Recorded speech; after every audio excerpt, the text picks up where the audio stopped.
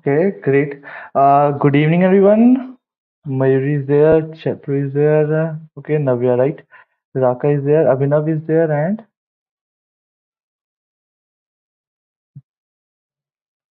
MS Creation is there, right? Okay, great. So, good evening, all.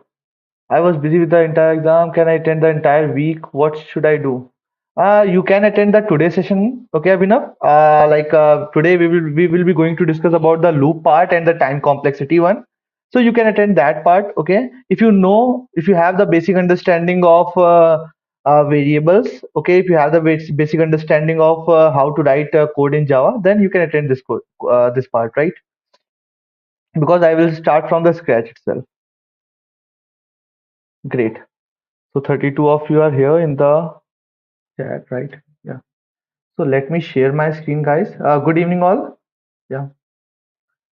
So let me share my screen. Okay, till that time, guys, are you guys learning, or you are learning a lot from this session, or we are missing something? You want to add something to this session? Okay, we are open for the feedback. Okay, according to that, in the future, we will be trying to implement that thing also, right? In the bootcamp essentials. Okay, related to the content, related to the teaching department, anything, any feedback you have, please write in the chat. Okay. Till that time, let me share my screen. That is present screen here. Right.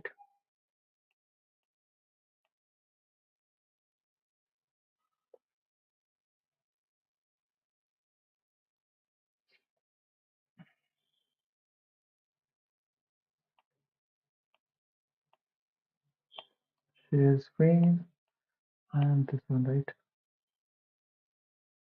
Okay, great.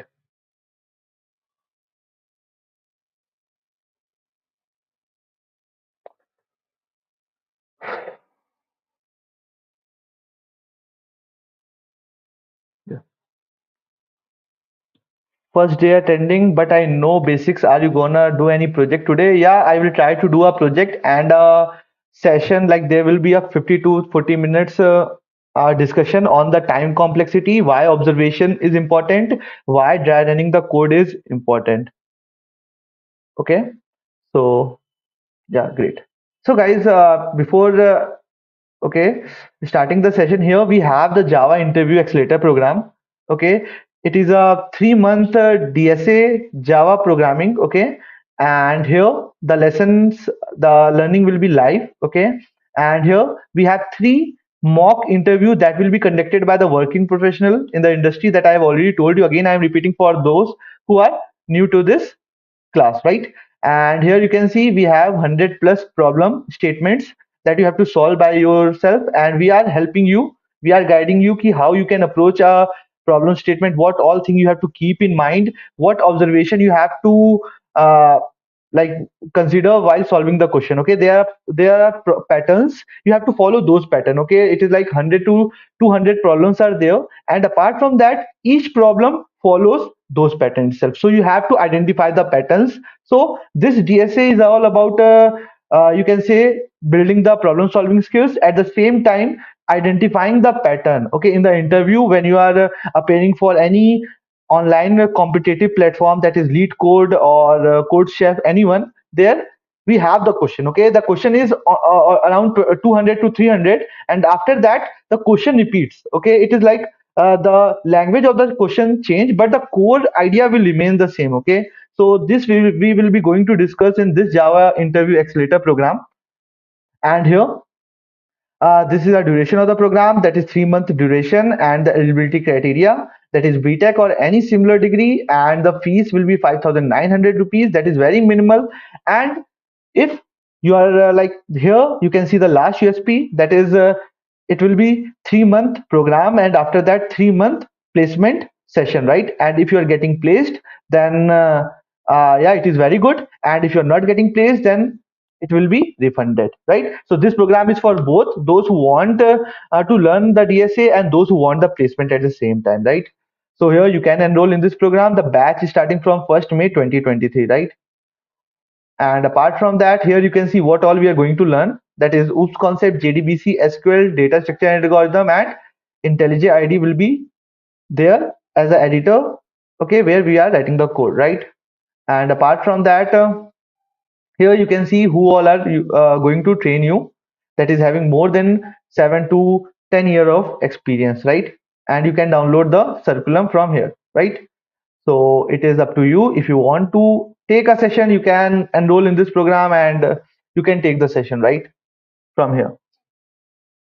And yeah, this is about the Java Interview Accelerator program. So 3 days fine for the bootcamp, but if you could one more day for problem solving for better understanding. Okay, I will try to include the problem solving today itself. Okay, yeah, because it what happened under this, it is like when we are conducting 5 days boot camp essentials na, then the audience is very less, okay, and the meaning of taking live session is about the audience so that they can interact in the session, right?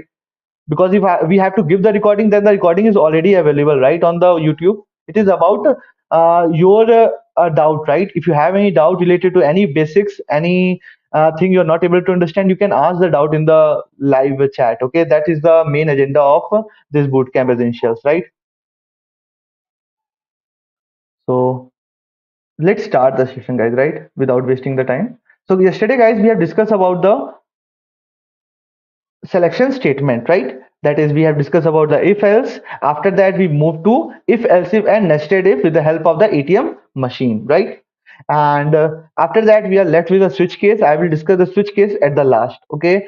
So today, like first, we are going to learn about the iterative statement.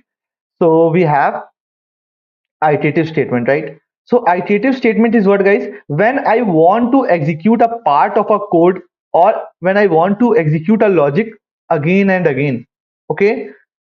Logic execute again and again, then I can go with the iterative statement. So we have different kind of iterative statement, that is for loop, while loop, and do while loop, right? So let's start with the for loop, right? So for loop is what? You have to write the syntax as for, right? After that, you have the initialization statement. Initialization statement, right? And after that, you have the condition statement, and after that you have the updation statement, right? So this will be the three part of the for loop, that is the initialization statement, condition statement, and the updation statement, right? And here you have to write the body of the for loop. Okay, let's take one example and after like try to understand what how this for loop works, right? So okay, let's take a very simple example and after that we will be moving toward the good question, right? Some good example. So here, what I want to print, let's assume I want to print number from 1 to n.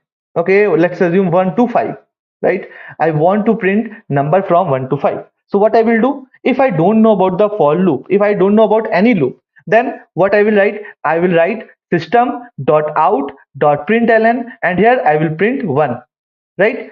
After that, I will again write system.out.println 2. Like this, I will write system.out.println 5 times, right? There is no issue. You can write system.out.println 5 times. But what happens when here you have 1000? Okay, you have to print number from 1 to 1000. So there the problem will arise. Okay, so what you are doing? You are executing a logic that is printing a number, right? And you are executing that logic again and again. The difference is what? The difference is the change in the number, right? You are incrementing the number by 1, that is 1 to 2, 2 to 3, right?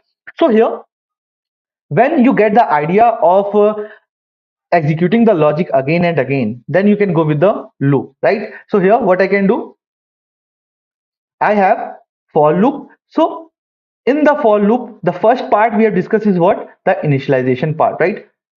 Print number from 1 to 5, right? So the first part is what? The initialization part. So when you are writing the initialization part, think like that key, what will be the starting point of the for loop? From what point you have to start the loop? So here you are saying ki, hey, I have to print 1. I have to start from 1. So here The starting point will be what? 1. So you have to take a variable that is int I, and you have to initialize that variable with 1. Okay, this is the starting point. That is, you are starting from 1. Okay, so you are done with the initialization part. After that, you have to write the condition. So condition is what? How many times you have to execute the body of the for loop. Okay, when you are writing the condition, you have to think in this manner ki, hey, how many times I have to execute the body of the for loop, or what will be my stopping point. So here you are saying ki, hey, I have to execute the body of the for loop till the time the value of I is less than equal to 5, because I have to start from 1 and I have to go till 5. So this is the stopping point. So you have to execute the body of the for loop till the time I is less than equal to 5. Okay, and here is the body. And after that, you have the updation part. So what you are doing? You are first printing 1. After that, you are printing 2. After that, you are printing 3. So first, the value of I is what? 1. After printing 1, you have to print 2. So what you are doing? You are incrementing the value of I by 1. Okay, so here in the updation part, what you have to do? You have to increment the value of I by 1. Right, that is, after each execution of the body of the for loop, how much you want to increment the value of I. That will be the updation part. Right, after that, here you are writing system dot out dot println, right, this one, and here I. Right, so here I have written a basic code of printing number from 1 to 5. Now I have to check whether I have written the correct code or not. And in order to check, this is a very important point, guys, right? This is the first step to improve your problem solving skills. That is, after writing the code, you have to dry run the code. Okay, you have to dry run the code. So anyone from the audience who knows about dry running the code? Anyone? What is this dry run? Okay, so we basically dry run the loop part, right? So we basically dry run the loop part. Dry running means manually executing the code before executing on the machine. Okay, so when you are dry running the code, that is, you have to make a dry run table, right? Dry run table here. So in the dry run table, what you have to do? Okay, you have the for loop. So basically for loops, you have 3 columns. The first column is the initialization part. Okay, the first column is what? The initialization part. That is, I is equal to 1, right? After that, what you have? You have the condition part. The condition is what? I is less than equal to 5. After that, you have the updation part. That is, I is equal to I plus 1, right? So you have to you have to write 3 part in 3 separate column. After that, start with the for loop here. So what will happen? You are here. That is, the value of I is what? 1. So I is 1. After that, what we have? 1 is third column, increment or decrement. Correct. The third column is for the updation part. Yeah. Yeah. So first, the value of I is what? 1. After that, you will, after executing the body of the initialization part, okay, after executing the initialization part, you will go jump to the condition part. In the condition part, you have 1 less than equal to 5. The moment the condition is true, the moment the condition is true, you will move inside the body of for loop. Okay, you will execute the body of for loop. Here, you will make a output screen, and here you will print the value of I is what? Now 1. So 1 will get printed on the output screen. After printing 1, you have the closing curly bracket. So you will go to the updation part. Okay, you will update the value of I. So the value of current I is what? 1 plus 1 is what? 2, right? So you got 2. So the updated value of I was 2. So after updation, again you will go to the condition part. Condition is what? 2 less than equal to 5. Condition is true, you will move inside the body, you will print the value of I, that is 2. Again you will go to the updation part. You will update the value of I, that is 2 plus 1 is what? 3, right? Updation is done. You will go to the condition part. You will execute the condition. Condition is what? 3 less than equal to 5. Condition is true. You will move inside the body. You will execute the body, that is the value of I. The value of I is what, guys? 3. So 3 will get printed on the output screen, and again you will go to the updation part. That is 3 plus 1, 4. 4 is less than equal to 5. Condition is true, and you will print 4 on the output screen. After that, again move to the updation part. That is 4 plus 1, 5, right? 5 is less than equal to 5. True. So you will move inside the body, you will print 5 on the output screen. After printing 5, you will again go to the updation part and you will update the value of I, that is 5 plus 1, 6. Okay, and 6 is less than 5? No. The moment the condition is false, you will move out of the for loop. Okay, move out of the for loop. So you are printing 1 to 5 on the output screen. That means you are writing the correct code, you are writing the correct logic. And this is a very important step if you are beginner, or if you are at the intermediate level, or if you are at pro in programming, right? You have to write on the code. You have to see what you are doing inside the code. Okay, this is at the very basic level. That's why it is not making much sense. But if you are implementing a complex code, then it will make a very good sense. Okay, then you are able to debug your error. At the same time, you are able to debug what you are doing wrong in the code, right? So this is a very important step. So let's try to first run this code, and after that we will be moving toward the next question, right? So yeah, what we are doing, I have to print, right? So for int I is equal to 1, I is less than equal to 5, I is equal to I plus 1, right? And here I will print this one, right? That is this one. And here I will print the value of I, right? This one. Let's try to run the code. Okay, let's see whether we are getting the correct answer or not. So here you can see we are getting the correct answer, that is 1 2 3 4 5, right? So here you can take this one, right? This one. So you will get in the separate line, that is 1 2 3 4 5. Okay, so you are getting the correct answer here, right, everyone? Yes or no? Please write in the chat if for loop is clear. Yeah, yes or no, guys? For loop is clear?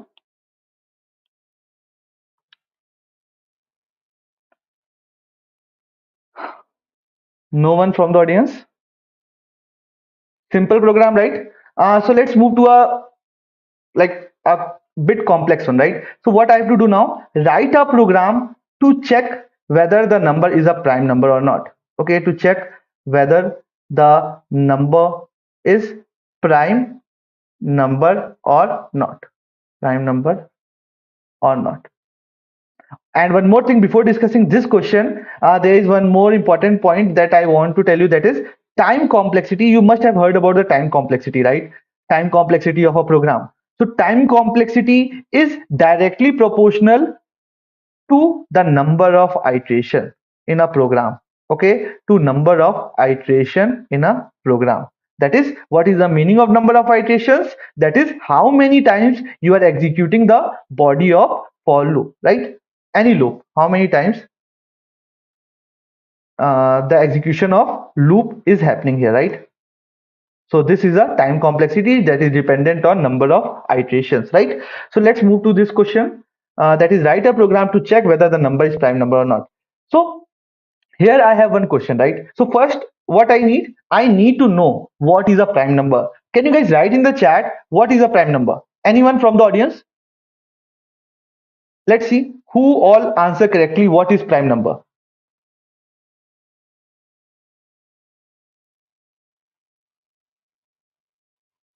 Okay, anyone from the audience, what is prime number?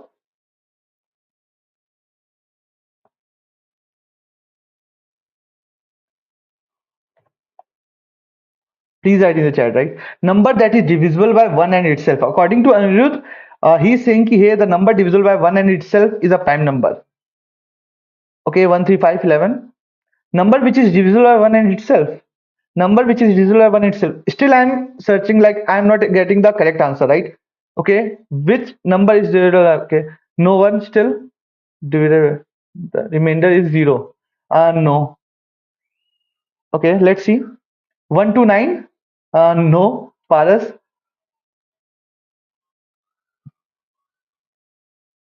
Okay, what is the prime number, guys? Okay, according to you, like most of the audience are saying ki hey, the number that is divisible by 1 and itself.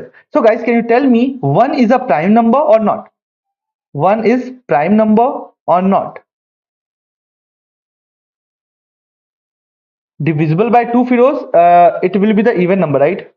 Not divided by 2. Okay, can you guys tell me 1 is a prime number or not? Anyone? No, 1 is not a prime number, right? But according to your definition, you are saying ki, hey, the number that is divisible by 1 and itself are called prime number, right? You are saying this part, divisible by 1 and itself is a prime number. So this, according to your definition, this is not the correct definition, right?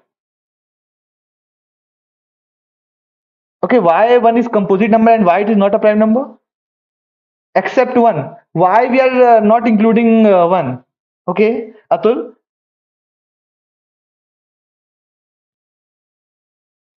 A whole number greater than 1 that cannot be exactly divisible. Okay, so guys, the correct definition of prime number is what? A number that is having exactly two unique factors. Correct, correct. Ankam is correct here. That is having exactly two unique factor. Exactly two unique factor. And that factor are what? 1 and itself.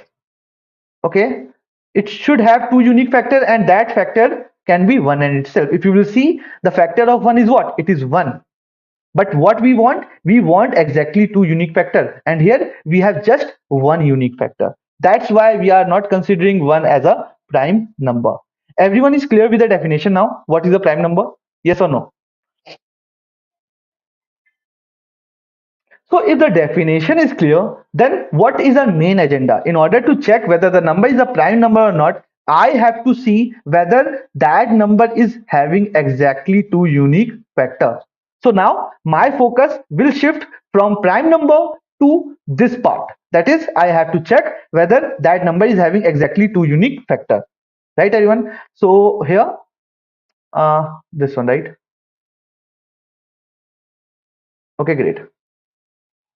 Exactly two unique factor. That is, I have two prime number 5, 3, 7, 11. So these all are what? Prime number because they have exactly two unique factor. Right? Everyone is clear, right? What is a unique factor? Yeah.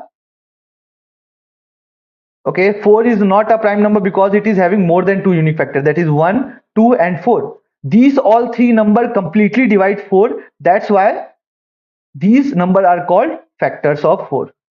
Right? Yeah, correct. So now, okay, so what I'm doing here, let me take one example, right? This one. So here, if I have to check 4 is a prime number or not, what I will do? Okay, I will first check hey 1, you are completely dividing 4 or not. Okay, so 1 will say ki, yes, I am completely dividing 4. I will go to 2. 2 will say ki, hey, I am also completely dividing 4. So I have 2 is also a factor of 4. I will go to 3. 3 will say ki, hey, I will not completely divide 4. Right? I will not completely divide 4. So 3 is not a factor of 4. Similarly, 4 will say, I will completely divide 4. So 4 is a factor of 4. Right, everyone? And how you can check whether the number is completely dividing 4 or not? What you have to do? You have to write 4, okay, modulo I, right? 4 modulo I. If it is equal to 0, that means if the remainder is 0, that means this I is completely dividing 4. That means this I is a factor of 4. Right? Factor of 4. Right, everyone? Similarly, if I will take one more example, 5. So 1 will say ki, yes, I am completely dividing 5. So 1 is a factor of 5. 2 will say ki, hey, I am not dividing. 3 will say ki, hey, I will not divide. 4 will say ki, hey, I am not a factor of 5 because I am not completely dividing 5. 5 will say ki, hey, I am a factor of 5 because I am completely dividing 5. So here the count of factor are what? The count of factor are what? 2 here. So that's why this is a prime number. Okay, so if the example is clear, so you can note one point in the, like when I'm explaining the example, then you can note one point key, I am starting from 1, right? The start point is what? It is 1 and I am going till n, that is this 4 or this 5. I'm going till 5, I'm going till 4, right? So I'm starting from 1 and my stop point is what? Stop point is what? 4, 5. Okay, that is n, for which I have to check whether n is a prime number or not. right everyone? So I got to know one thing ki hey, I have to start from 1 and I have to go till n. And one more thing I observed ki at each step, at 1 I am checking whether 1 is a prime number or not. That is, I am checking 5 modulo 1 is equal to 0 or not. At 2 I am doing the same thing, that is 5 modulo 2 is equal to 0 or not. For 3, 5 modulo 3 is equal to 0 or not. So what I am doing, I am repeating the logic again and again. Okay, the moment I got the idea ki yes, I am repeating the logic again and again, what comes in my mind? For loop will come in my mind, right? So I will use loop here to tackle this part. So what I will do, I will use a for loop. In the for loop, what I will do, I know the starting point, that is I have to start from 1. Okay, that is I is equal to 1. After that I know I have to execute the body of the for loop till the time the value of I is less than equal to n. That is, I have to check from 1 2 3 4. So here it should be less than equal to n. After that, after each execution, what I have to do, I have to increment the value of I by 1, right? I have to increment the value of I by 1, this one.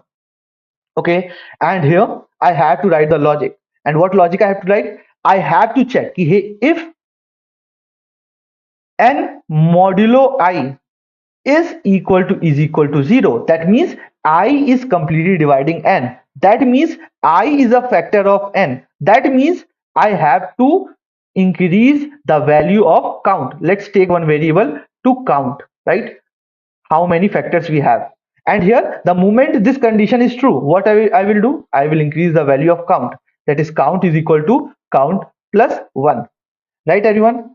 After that, yeah, I'm done with the code. And after moving out of the for loop, when the whole for loop will run, after moving out of the for loop, I will get the number of factors.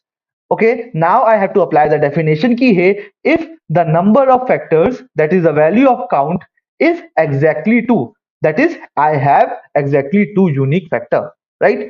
I have exactly how many unique factor? 2 unique factor. In that case, I can print system.out dot println, right? I can print ki hey, n is a prime number, right? Prime number, right?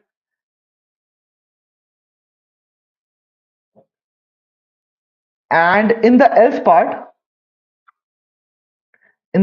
I can print ki hey, it is not a prime number.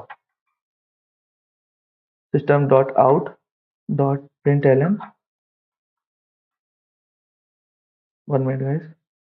Yeah, not prime.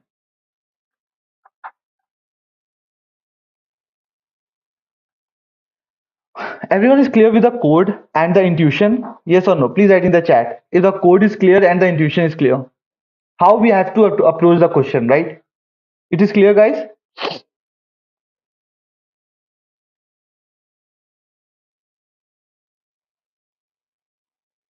Okay. If it is clear, let me implement that part also, right? So what I will do, I will take a number that is int n is equal to, let's take 7, right? And I will use a variable that is int count is equal to 0. Okay, and after that I will start from I is equal to 1 and I will go till I less than equal to n. I is equal to I plus 1, right? And here I have to write the logic, that is if n modulo I is equal to 0. That means what I have to do, I have to increment the value of count, that is count is equal to count plus 1, right? A count, what count, Rahul? You are not able to understand count part? Count is to count the number of factors, right? The moment n modulo I is true, that means I is a factor of n. That means I have to increase the value of count, right? Count, I have maintained one variable to count the number of factors, right, Rahul and Abhay? Yeah. And after that, here I will check here if count is equal to 2, that means this is a prime number, that is system dot out dot println. Okay, and this is a prime number, right? Prime number, else not a prime number, right?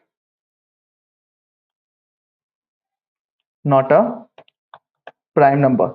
So everyone is clear, right? This is a very simple, like simple question, but the hack is what? The hack is, can you guys tell me how many times this for loop is getting executed? Please write in the chat. If you got the clear understanding of the question, this explanation, then how many times this for loop is getting executed? Please write in the chat. Okay. Anyone from the audience? Number of iteration. Okay, how many times this for loop is getting executed? 5 times. Okay, 7 times. Music.com. Okay, great. You're saying 5. Why? 7. Correct. 7, 7. Why 8? Okay, so here you can see the value of n is what? 7, right? So it will start from 1, 2, 3, 4, 5, 6, 7. That is how many times? 7 times, right? That is equal to n, right? It is executing equal to n. That is number of iterations is what? It is equal to n, right? So here,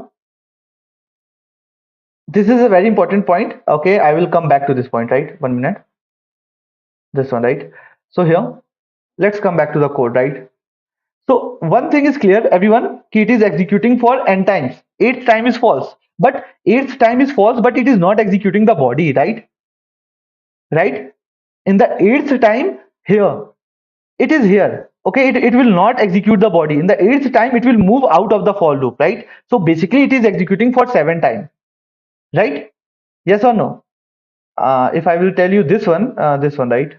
This one here also, it is executing from 1 to 5, right? In the 6th time, it is not executing the body. It is just checking the condition, and the condition is false. It is moving out of the for loop. It is not executing the body, right? So it is executing from 1 to 5, right? So here, this one, right? So let's assume now this one, right? This one. So let's assume here you are saying ki, hey, the number of iterations is what for our program? The number of iterations is what? It is, okay, it is equal to n, correct? And I told you one thing ki, hey, the time complexity is directly proportional to number of iteration. 7 less than equal to 7, it is false. No. Tell me one thing, code plus ms, right? 7 less than equal to 7 is false. No, 7 is equal to 7, right? It is equal to 7, right? So 7 less than equal to 7 means it is true, right? Here I am saying ki, hey, the number on the left hand side should be less than equal to 7, right? So here it is equal to 7. So this condition is true. Okay.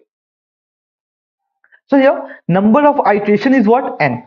So you are saying ki, hey, you told me that time complexity is dependent on the number of iteration. That is, it is directly proportional to number of iterations. So here the time complexity will be equal to big O of n, right? Till this point everyone is clear. So let's take one system. Okay, okay, where is our hero? That one, Anirudh, right? Anirudh is here, right? So Anirudh is having one system, right? Anirudh is having one system here, and Anirudh is saying ki, hey, I have a processor, and that processor, here I have a processor, this processor, right? And this processor is doing what? It is doing execution. It is executing my code, and this processor is doing, let's assume it is doing okay, it is doing 10 to the power 8 iteration execution in 1 second. Okay, iteration execution in 1 second, right? So here Anirudh is having one PC, and that PC processor is doing 10 to the power 8 iteration execution in 1 second. Everyone is clear? So okay, no, Raka, it is not a T of n is equal to big O of 7. Okay, it is like, I will tell you that part also. Okay, please give me a moment, let me explain that part, and after that I will come to your doubt, right? So here we have a processor that is doing 10 to the power 8 iteration in 1 second, right? So that means one iteration will be executed. Okay, one iteration will be executed in how many seconds? 1 by 10 to the power 8 second. Everyone is clear till this point? Yes or no? Please write in the chat if it is clear. Okay, give me 1 minute.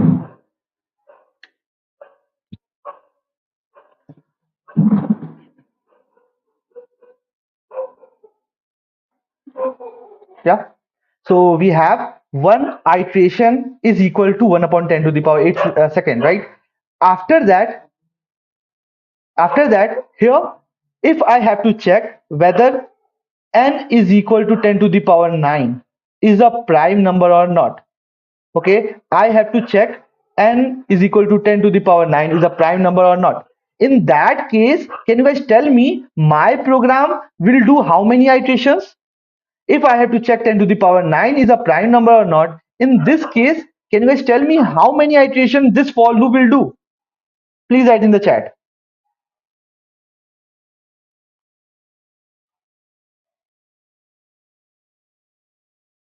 10? How 10? Firoz? We have learned that part, right? My program is doing how many number of iterations? It is doing n number of iterations. So if the value of n is 7, then it will do 7 number of iteration. If the value of n is 15, it will do 15 number of iterations, right? Similarly, if I have to check 10 to the power 9 is a prime number or not, it will do how many number of iterations? It will do 10 to the power 9 number of iterations. Correct? Correct? So here my program is doing 10 to the power 9 number of iterations to check whether 10 to the power 9 is a prime number or not. Right, everyone? So here we know one iteration is equal to 1 upon 10 to the power 8 seconds. So Anirudh is executing this code. Okay, Anirudh is checking ki hey 10 to the power 9 is a prime number or not. In that case, Anirudh is saying ki hey one iteration is equal to 1 upon 10 to the power 8 second. So 10 to the power 9 iteration will be equal to 10 to the power 9 upon 10 to the power 8 second. Right? That will be equal to 10 second. So Anirudh computer is taking 10 seconds to execute this code in order to check whether 10 to the power 9 is a prime number or not. Everyone is clear till this point? 10-second part? Yes or no? Anyone has any doubt? Please write in the chat. Okay, because I will not explain this part again, right? Clear?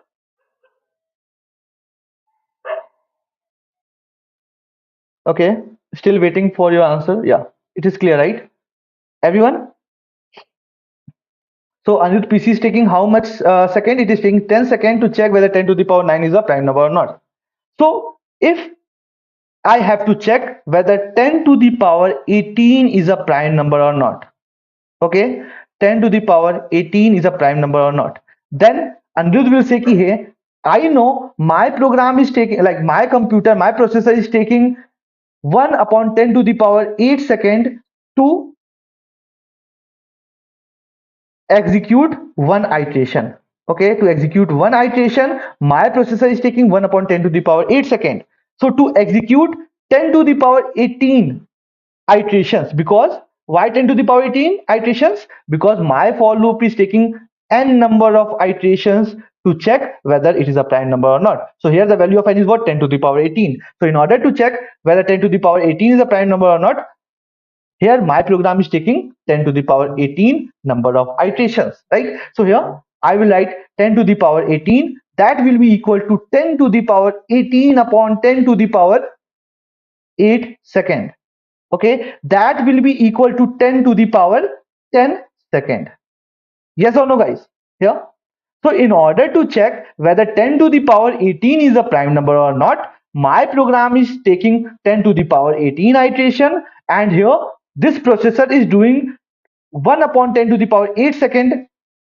It is taking 1 upon 10 to the power 8 second to execute one iteration. So to execute 10 to the power 18 iteration, the computer will take 10 to the power 10 second. Yes or no? Everyone is clear? Yes or no? So 10 to the power 10 second is how much time? Anyone from the audience? 10 to the power 10 second is how much time? It is 1 hour, it is 1 day, it is 1 month. Anyone from the audience? It is how much time?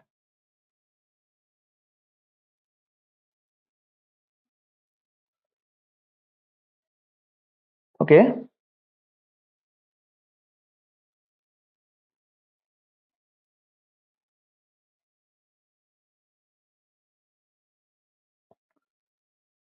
Any guess, guys? 10 to the power 10 second is how much time?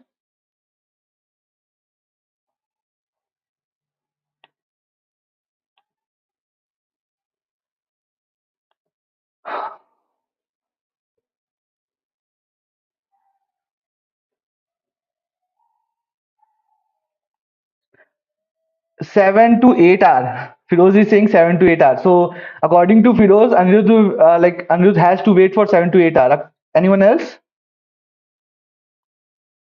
Any guess? Okay. So 10 to the power 10 second is approximately equal to 315 years.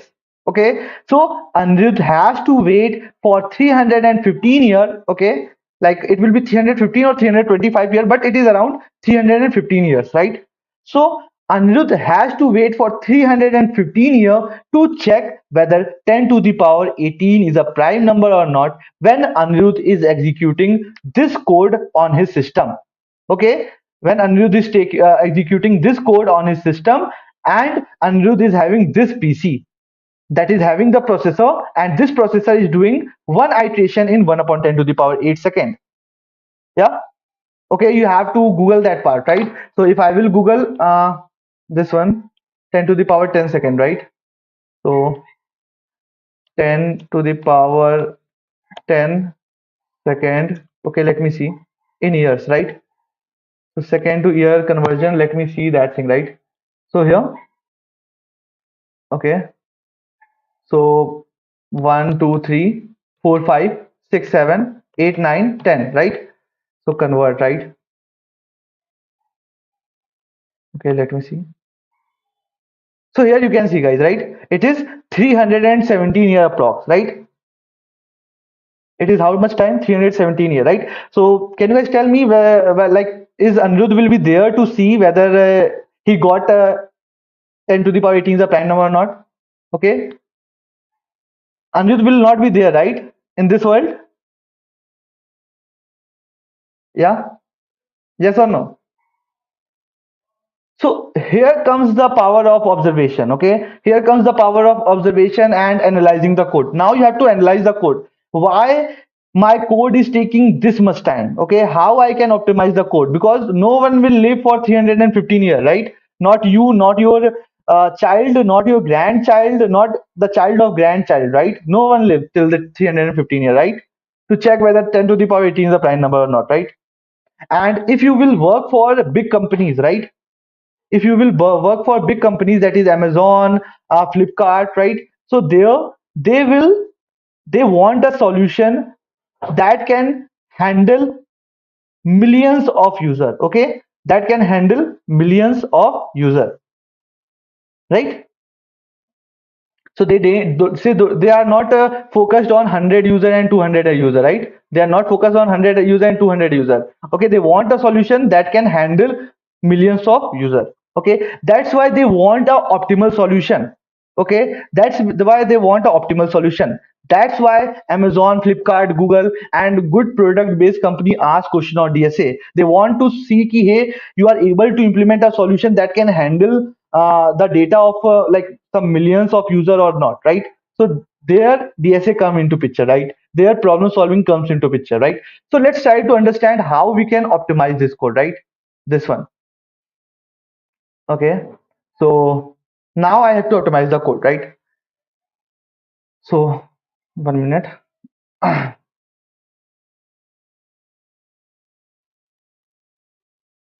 Yeah, so let me write the thing again, right?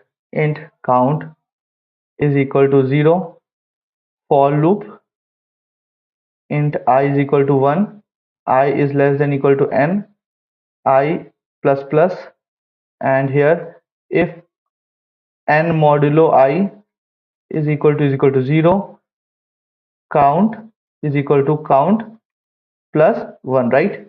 And this one, and here I have to check whether count is equal to 2, that means prime number, right? This one, right? Else not prime, right? This code we have written, right? And this for loop is taking n number of iteration. So we are getting 315 here, right? So my complexity is what? Like my time is what? 315 years. And this time is due to what? This time is calculated on what basis? It is calculated on the basis of number of iterations, right? It is calculated on the basis of number of iterations. And number of iteration is what? It is how much how many times you are executing the loop, right? How many times you are executing the body of the loop. So here I got to know that the problem is in the loop. I am doing something extra in the loop. That's why it is taking this much time. So I have to remove that extra part. Okay. So I have to remove that extra part. Okay. And where I can see that extra part? This for loop, right? Everyone is clear? Yes or no? So now you have to see that extra part, right? So your main agenda is what? Okay. So you are saying, ki, hey, I have to remove something from the loop, right? I'm doing something extra in the loop. So basically, what is the intention of writing the loop? The intention of writing the loop is what? It is to calculate number of factors. This is the intention, right? To calculate number of factors. That's why you are writing the loop, right? You are starting from 1 and you are going till n to calculate number of unique factor. Okay, to calculate number of unique factors. So let's try to understand something from here. Okay, so here, if I will ask you ki, hey, I have a number, let's take 24, right? So I have to say ki, hey, 24 is there. So if I will say ki, hey, 2 is a factor of 24, right? 2 is a factor of 24, right? So can you guys tell me, can anyone tell me about the assignment? Lanu, okay. After the session, I will tell you about the assignment, okay? Yeah. So 2 is a factor of 24. So can you guys tell me the other factor of 24? So here I am getting two information. 2 into 12 is equal to 24, right? 2 into 12 is equal to 24. That means if 2 is a factor of 24, at that time I can find the next factor also, that is 12, right? Similarly, if I will say ki, hey, 3 is a factor of 24, at that time I can get the next factor also, that is what? That is 3 8s are 24, right? Similarly, 4 is a factor of 24. At that time, I can get the next factor, that is 6. Yes or no, guys? So one thing is, like one thing I'm able to observe ki, hey, if I have a number and if a is a factor of n, at that time I can get the next factor also. Yes or no, guys? Please write in the chat if it is clear. If a is a factor of n, then at that time I can get the next factor. And the whole fight is what? The whole fight is for calculating the factor, right? The whole fight is for what? For calculating the factor. So I got to know about one point. This is the main point, right? Yes or no, guys? Yeah. So the whole fight is about calculating the factor, and I am able to make one observation, that is n is equal to a into b, right? So let's try to write, okay, this part. So I had 24. So I know 1, yeah, 1 is a factor of 24. If 1 is a factor of 24, according to this definition, 24 is also a factor of 24, right? So at this point, when I got 1 as a factor, at this point I got another factor. So what I will do here, 1 minute. Okay, the topic will be related to the loop itself. Okay, yeah. So 1 into 24, right? So 1 into 24. So if 1 is a factor of 24, at that time you are getting another factor. So you are saying, ki, hey, I will increase the value of count by 2, right? I will increase the value of count by 2 because I got 2 factors. After that, if I will ask you, ki, hey, 2, yes, 2 is a factor of 24. At that time, you got another factor, that is 12. 12 into 2 is 24, right? So again, you will increase the count by 2. That is 2 plus 2 is what? 4, right? And similarly, 3 is a factor of 24. At that time, you got another factor, that is 8, right? So 3 into 8 is what? 24. So again, 3 and 8, you will increase the count by 6, right? 4 into 12, right? 4 into 12, again you got 24, and you will increase the count by 2, that is 8. Okay, after that, sorry, 4 into 6, right? It is 4 into 6.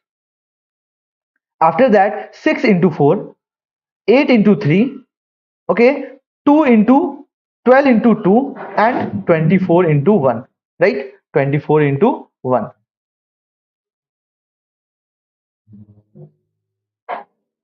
Yeah, this one. Okay, so these all are what? Factors of this one, 24, 24, 24, right? 24. And we are not including 5, 7, 9, right? Because they are not factor of 24, right? So can you guys observe something in this table? Are you guys able to observe something? What we are doing extra? Okay, what we are doing extra? Can you guys observe? Please write in the chat if you are able to observe something in this table. So we are starting from 1 and we are going till 24, and I have made one observation, that is, if I am able to find one factor at that time, I can get easily the other factor also, right? So I am incrementing the value of count by 2, not by 1 now, right? So here in the code, if you will see, if I is a factor of n, what I am doing, I am incrementing the value of I by 1, count by 1. But according to this observation, if I is a factor of n, then I can get the another factor also, that is n by I, right everyone? I can get the another factor also, that is n by I. So here, can you guys tell me what extra thing we are doing here? Anything extra we are doing in this table? Please write in the chat. No one? It is not like na ki everything is going above your head. Please write in the chat, guys. Okay. What extra thing we are doing in the table, guys? Any observation you can make? Okay. It is like a pin drop silence in the chat, right? Any guess? Any tukka? कुछ भी बताओ यार. Like yes, no. Okay. ऐसा तो नहीं है कि my screen is got stuck. Okay, let me see. Firozi Singh D. Repeat mode. This part is clear. Why I have written this table? Okay. Why I am doing this part, why I am doing this stuff? Because my time complexity is very much, and in order to reduce the time complexity, we saw that time complexity is dependent on number of iterations, and number of iteration is what? It is of the for loop. And why we are using the for loop? Because we have to count number of factors. And what we are doing in the for loop, we are going from 1 till 24 and we are counting all the factors. And I got observe one part ki hey, n is equal to a into b, that is, if a is a factor of n, at that time I will get the next factor, that is n upon a, right? So that is 1, 24, 2, 12, 3, 8, right? Simple. Yeah, no observation, guys. If you will see this table here, 1, 24, 2, 12, 3, 8, 4, 6, right? Till this point we are getting unique factor. Okay, till this point we are getting unique factor. After this point we are getting repeated factor, right everyone? We are getting repeated factor. And what is our agenda? We have to calculate only unique factor. Okay, agenda is clear. What we have to do? We have to calculate unique factor. So somehow I have to tell the system ki hey, you have to stop at this point. And how I can tell the system? How I can tell the system? Here you can see, this is A, this is B. The moment the value of A is greater than B, at that time we are getting repeated factor, right? So I have to tell the system. So that is what? 1 minute, guys. Let me plug in the charger, right?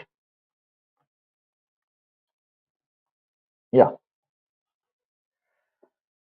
So here I can say ki hey, this is n, right? This is n.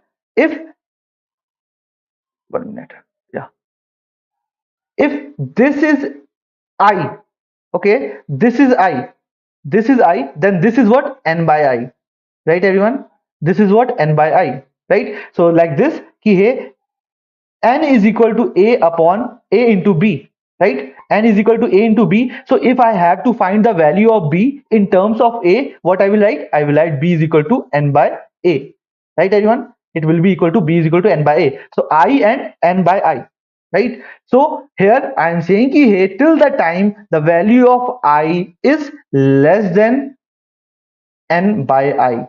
Till that time, I am getting unique factor. So I know the start point, that is I have to start from 1. And now I know the stop point, when I have to stop. I have to stop when the value of I is less than n by I. That means I have to stop. Okay, I have to stop when the value of I into I is less than n. What I have done, I have taken the denominator in the left hand side part and it will be multiplied with that I. So I into I is less than n. Till this point I am getting unique factor, right? So this will be equal to I less than equal to square root of n, right? So this is the stopping point, right? So now if I have to change the logic, right? So what I will do, okay, so what I will do, I will start from I is equal to 1. Okay, after that what I will do, I know this is the stopping point, that is I into I is less than n is the stopping point. After that I is equal to I plus 1, right? I is equal to I plus 1. And here and here what I will do, I will write a check. Hey, if n modulo I is equal to 0, that means I is completely dividing n, that means I is a factor of n. So if I is a factor of n, at that moment I am getting the next factor, that is n by I. So what I have to do, this time I will increase the value of count by 2, that is count plus 2, because at this point I am getting two unique factor. If you will see this table here, right? So if 1 is a factor of n, then 24 is also a factor of n. That's why I am incrementing the value by 2. If 2 is a factor of n, then 12 is also a factor. So I am incrementing the value of count again, right? 3 is not 3 is a factor, so 8 is also a factor. 4 is a factor, so 6 is also a factor, right? So at a moment I am getting two factor according to this observation, that is n is equal to a into b, right? Yes or no? Please write in the chat if it is clear. So here what I am doing, I am saying ki, hey, if I am getting one factor, at that time I will get two factor, that is I will increase the value of count by 2, right? And I am done with the code. Here I will write ki, hey, if count is equal to 2, that means it is a prime number, okay? Else it is not a prime number, right? Not prime number, right everyone? Everyone is clear? Yes or no? Please write in the chat, okay? So guys, can you write in the chat how many times this for loop is getting executed? Okay, that is number of iteration of this for loop.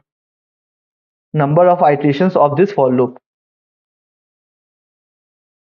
Please write in the chat if you got the understanding. Okay, sir, assignment is required. Okay, assignment is not required, Bahubali, if you are able to answer this question. Okay, everyone, how many iterations we are doing here, right? Please write in the chat. Up to n times. Reek Ash, right? Why you are saying up to n times? Any reason behind it?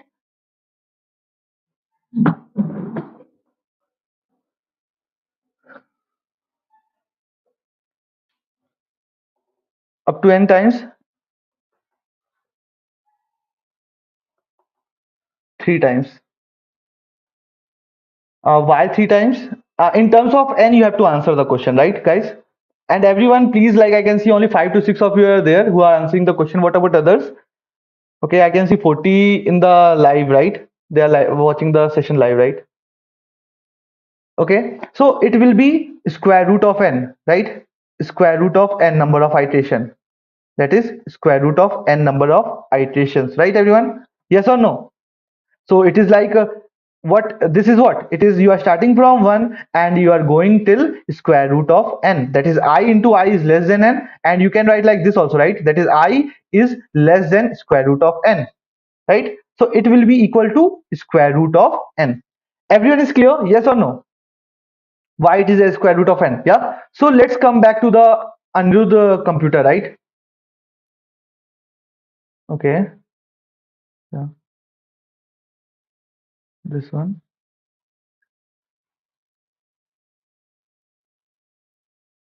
So we have the computer here, right? And we have the processor, and that processor is doing what? It is doing Okay, it will be square root of n, right? We are starting from 1 and we are going till square root of n, right? So the number of iterations is what? It is square root of n. Okay, Sheikh Akram, right? So it will be square root of n. So we have the processor, and that processor is doing what? It is doing uh, one iteration execution. Okay, one iteration execution in 1 upon 10 to the power 8 second, right? 8 second. So if I have to check, okay, now this is a code. This is a code here.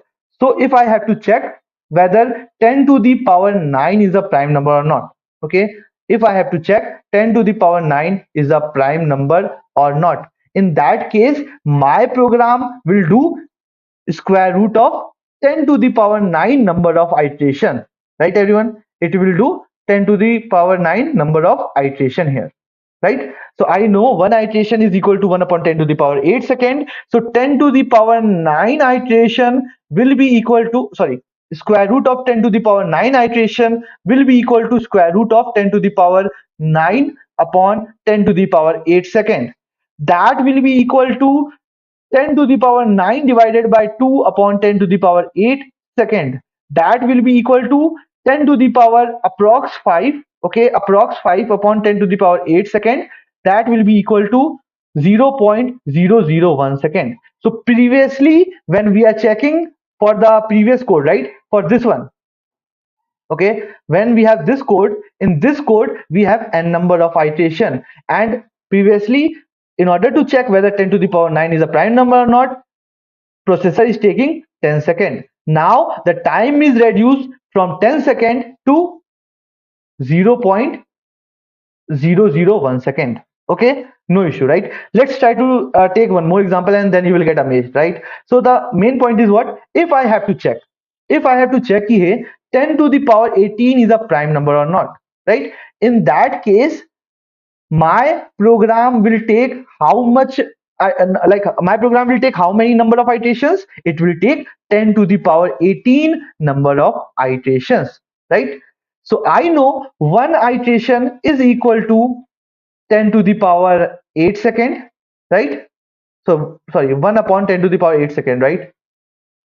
One iteration is equal to 1 upon 10 to the power 8 second. So 10 to root 10 to the power 18 iteration will be equal to root 10 to the power 18 upon 10 to the power 8 second. That will be equal to 10 to the power 18 divided by 2, that is equal to 10 to the power 9, right? It will be equal to 10 to the power 9 divided by 10 to the power 8 second. That will be equal to 10 second. So previously, for checking whether 10 to the power 18 is a prime number or not, my program is taking 317 years. Now, with the help of some observation and with the help of some optimization, my program is taking how much time? It is taking just 10 seconds. So we have reduced the time from 317 years to 10 seconds. Okay, so this is the agenda ki why time complexity is important, why observation is important, why you have to optimize the code. Okay, because you are able to reduce the time from such a large difference, right? It is like very good, right? It is from 317 years to 10 seconds. It is like very good time complexity, right? You have reduced. So everyone is clear, yes or no? Please write in the chat.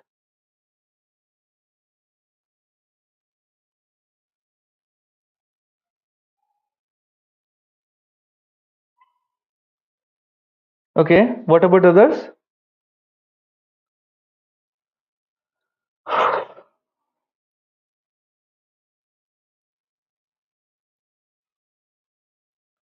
Why we use root? We use root because we are saying ki hey, at for loop is doing how many number of iterations? It is doing root n number of iterations. Why? Because we are starting from 1 and we are going till n, right? So we are going till I into I less than n, that is equal to I less than n, root square root of n, right? So we are saying ki hey, our time complexity is dependent on number of iterations. So if I have to check 10 to the power 18 is a prime number or not, if I will put the 10 to the power 18 in this code, how many number of iteration? Square root of n. So the value of n is what? 10 to the power 18. So square root of 10 to the power 18 iteration, right, Firoz? Now it is clear, Firoz? Please write in the chat if it is clear.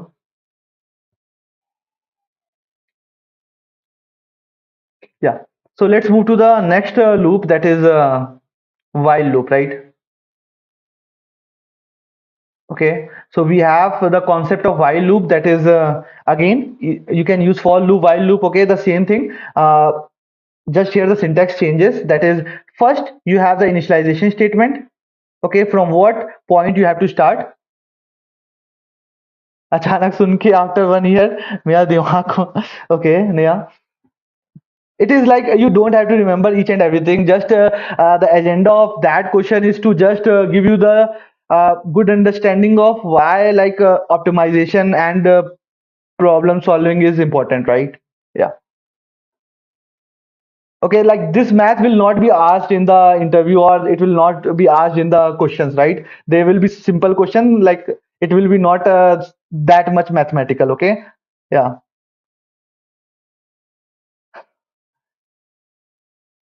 Okay. So here we have the initialization part, right? Initialization part. And yeah, in programming, like there is a very minimal math that will be asked. Okay, you have to just know how to count. You have to just do the sum and all factors. Okay, like summation or finding even and odd. Like that kind of math is there. Okay, not the good math is there in this competitive world. Okay, in this IT field. Yeah. So first we have the initialization part. After that we have the while keyword, and in the while keyword we have the condition part, right? And inside the while we have the body part, right? We have the body part, and inside the body we have the updation part also. Okay, so if I have to print number from 1 to 5, what I will do, I will take the initialization part, that is the starting point is what, I is equal to 1, and I have the while keyword. In the while keyword I have to write the condition, that is how many times I have to execute the body of while loop. Here I want to execute the body of the while loop till the time the value of I is less than equal to 5, and here I will print I on the output screen, that is system.out.println I, right? And after printing I, what I will do, I will increase the value of I, that is I is equal to I plus 1, right?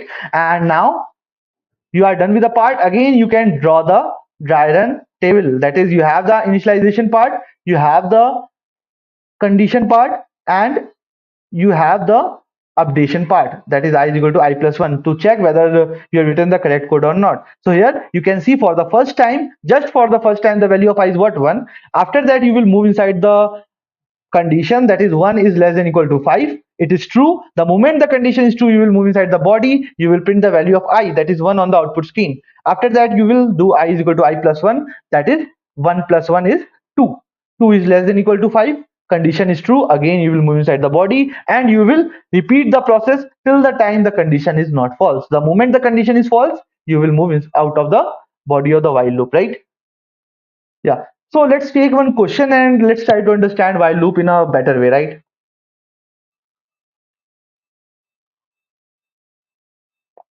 So basically while loops checks a block of code as long as the condition is true. That thing is doing it is not checking, you can say Lenu ki it is executing the body of the while loop, right? You are executing a part of the code till the time the condition is true. The moment the condition is false, you are moving out of the loop, right? So this is true for while loop also, and this is true for loop also, right? Okay, Lenu, hope I am able to answer your question, right? Okay, so let's take one question, that is what I have to do. Okay, so here write a program to calculate the sum of number of digits. Sorry, sum of digit of a number, right? Sum of digits of number, right? That is, if I will take one number that is 1 2 3 4, the value of n is what, 1 2 3 4, right? Okay, so the value of n is what, 1 2 3 4. The answer will be what, 1 plus 2 plus 3 plus 4, that is 4, 7 plus 2 plus 1, 10. So 10 should get printed on the output screen. Hope the question is clear, right? Yes or no? Question is clear? Okay. So if the question is clear, so I can see one thing. Okay. When I'm explaining the example, at that time, what I'm doing, I'm taking a number, right? That is 1. And after that, I'm adding 1 to 2, adding 2 to 3, adding 3 to 4, right? Yeah. So here what I'm doing, you can assume like this ki hai, first I'm adding these two, that is 3, and whatever result I'm getting, I'm adding the result with the next digit, that is 3 plus 3 is 6, and whatever result I'm getting, I'm adding the digit with the next one, that is 6 plus 4 is what, 10, right? So that's why 10 is printed on the output screen. So any observation guys you can make from this example, anyone from the audience, what we are doing, okay, what will be our goal, okay, in order to calculate the sum of a digit of a number, what will be my main goal, okay, according to this example, anything you can observe?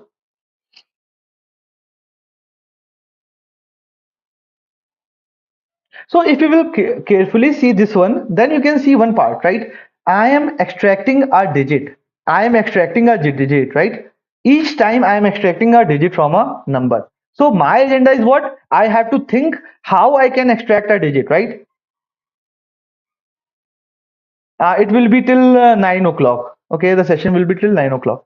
So here my agenda is what? I have to extract a digit from a number, right? So how I can extract a digit of a number, right? So here I have a number that is 1, 2, 3, 4, right? And if you know this part, that is n is equal to k into quotient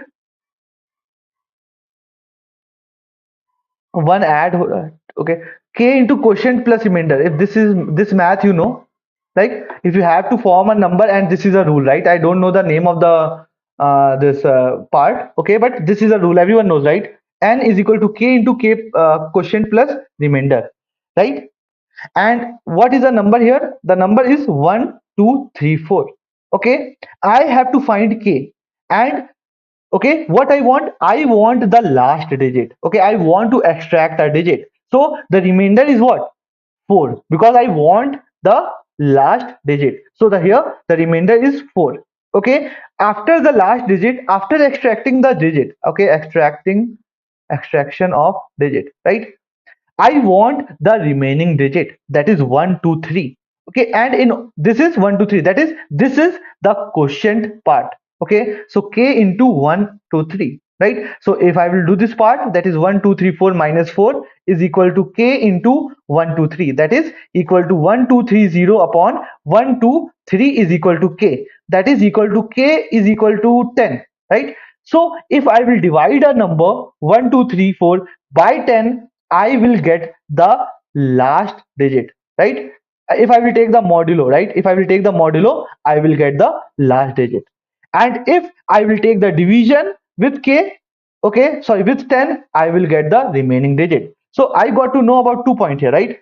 Okay, this one, that is here, I want two things. That is, I want the last digit and I want the remaining digit, right? Remaining digit.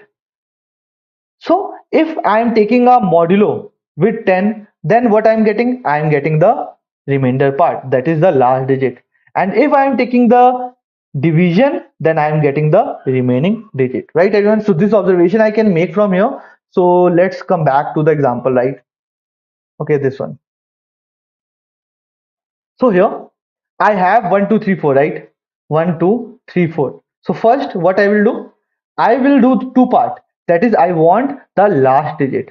Okay, last digit. And in order to get the last digit, what I will do? I will take 1, 2, 3, 4, and I will divide. I will take modulo with 10. So what I will get? I will get 4 here, right? And after that, if I have to find the remaining digit, right? Remaining digit. So in that case, what I will do? I will do 1, 2, 3, 4 divided by 10. So I will get the remaining digit, that is 1, 2, 3, right? That is the remainder part and the quotient part. After that, what I will do? I will take the remaining digit, that is 1, 2, 3, right? 1, 2, 3. and I will maintain one sum also, right? The value of sum is initially 0. After extracting the last digit, I will add 4 to the sum. So the value of sum will be what? 4 here, right? Now it is 4. Okay. After that, I have the updated value of n, that is 1 2 3. Again I will follow the same thing, that is I want the last digit, right? That is 1 2 3 divided by modulo by 10, right? I will get 3 here, right? And the moment I will get the last digit, I will add this 3 to the sum, right? So I will get the updated value, that is sum value will be what? 4 plus 3 is what? 7 here, right? And after that I will get the remaining digit also, right? Remaining digit, that is 1 2 3 divided by 10, so that will be equal to 12, right? Yeah, that will be equal to 12, right? After that again I have what? The remaining digit, that is 12. Again I will do the same thing, that is modulo, and modulo will give me 2. I will add this 2 to 7, that is 7 plus 2 is what? 9. After that I have to take division, so it will give me the remaining digit, that is 1, right? So I have the remaining digit now. And after that what I will do, I have 1. Again, I will follow the same thing, that is modulo with 10, and this will give me what? 1 as the last digit. And if I will take division with 10, it will give me what? 0 here, right? So I will take the last digit and I will add with 1. That is 9 plus 1, that is 10 here.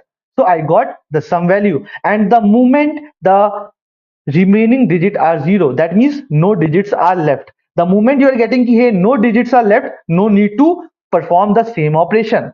So I got to know about the starting point, that is the starting point will be n is equal to 1 2 3 4, and I got to know about the end point. The moment the value of n is 0, at that time I have to stop. This is a stopping point. And what I am doing again and again, I am repeating the this logic, this logic, this logic again and again. That is, I am taking modulo, okay, in order to find the last digit. I am taking division in order to find the remaining digit, and I am doing the addition part. So this I am doing again and again. So I know the starting point, end point, and I know what I am doing again and again. So I can write this in the loop, right? So what I can do, here I have a number. Okay, it is not shared. 1 minute, let me see why it is not shared.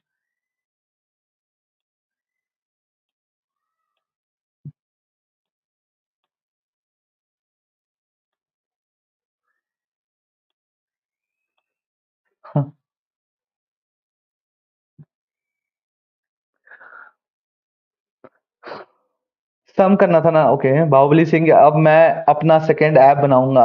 Okay, what type of app you will build, Baahubali?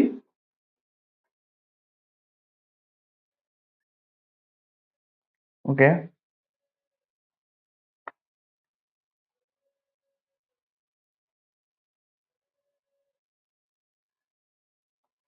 so guys, who all are from the BTech background, and like who all are from the BSc and all, like BCA Kadappa app?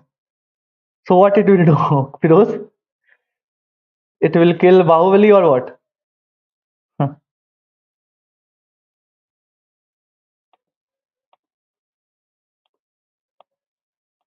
Let me share the screen. Okay, it is taking too much time. BCA here, right? Okay, Lenu is doing BCA from which college?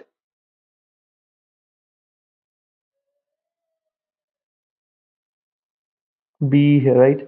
So those who want like okay, BTech 12th exam चल रहा है. Okay, Bahubali Singh, ये 12th exam चल रहा है यार. It is very good, Bahubali, कि you are like in 12th and you are learning coding, right?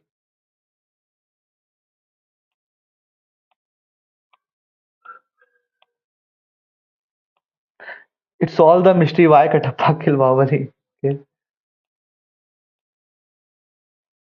Bahubali, tell the mystery. Okay, like the film is already released, right?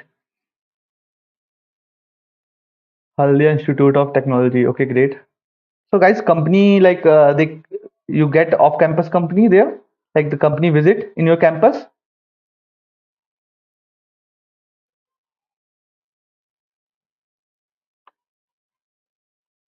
अरे यार, why it is not getting shared?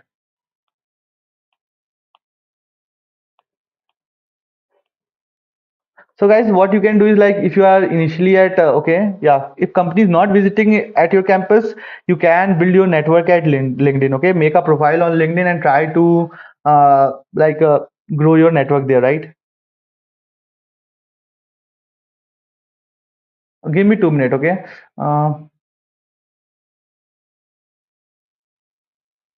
It is not getting shared.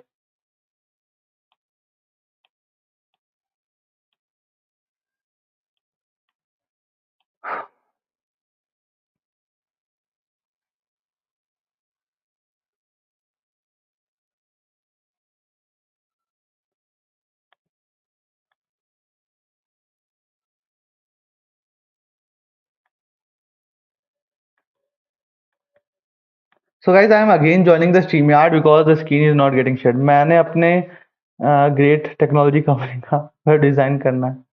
Okay, try to learn. Okay, probably try to learn about the front end and the back end one. Okay, so you will be able to design that thing. So let me join again and give me 2 minutes.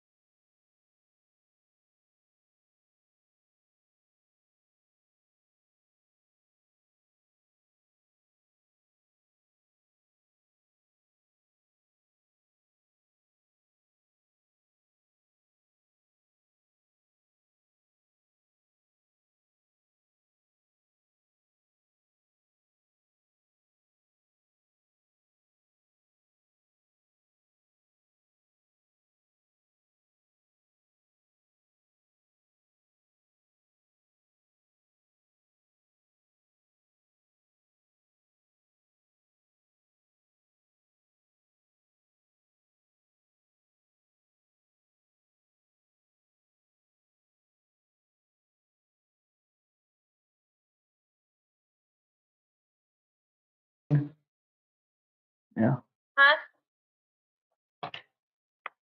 Okay, great.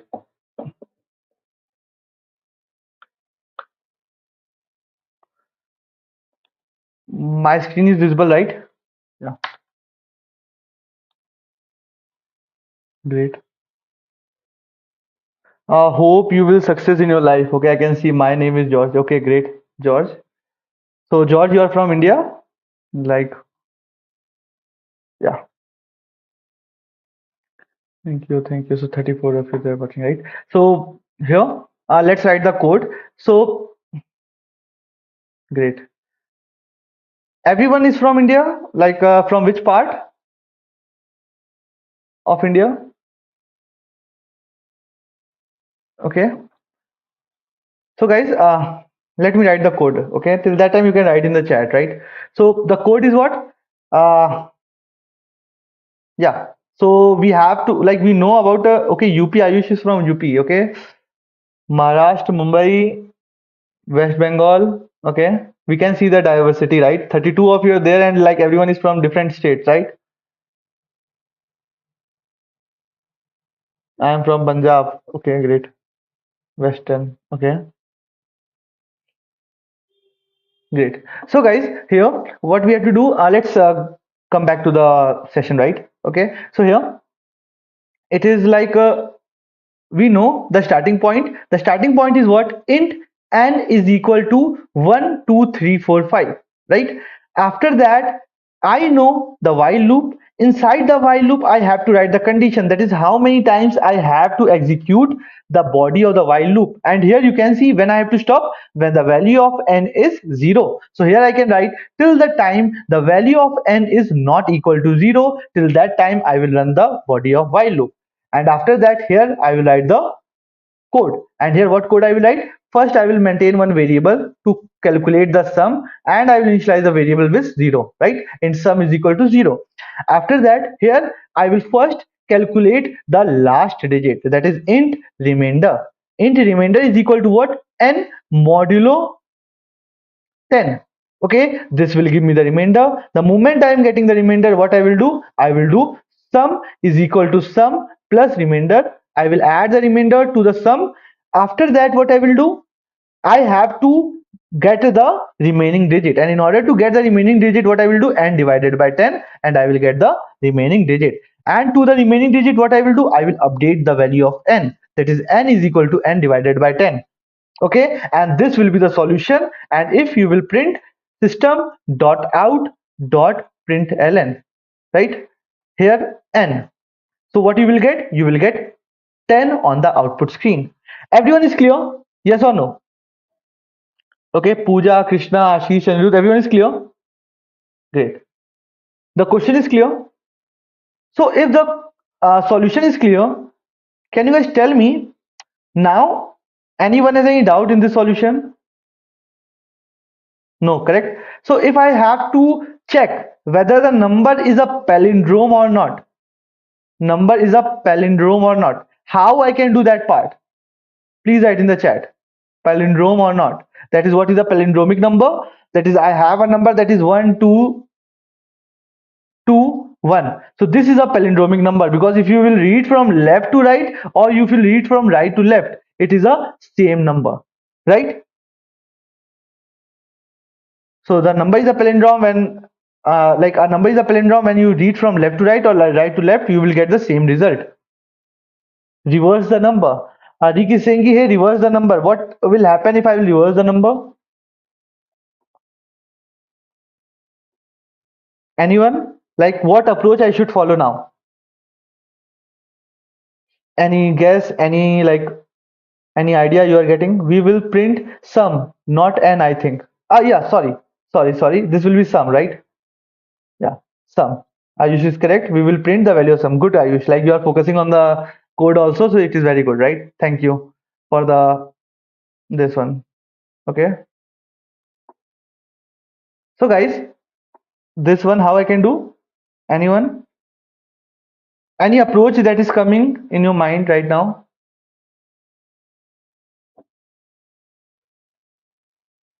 No one?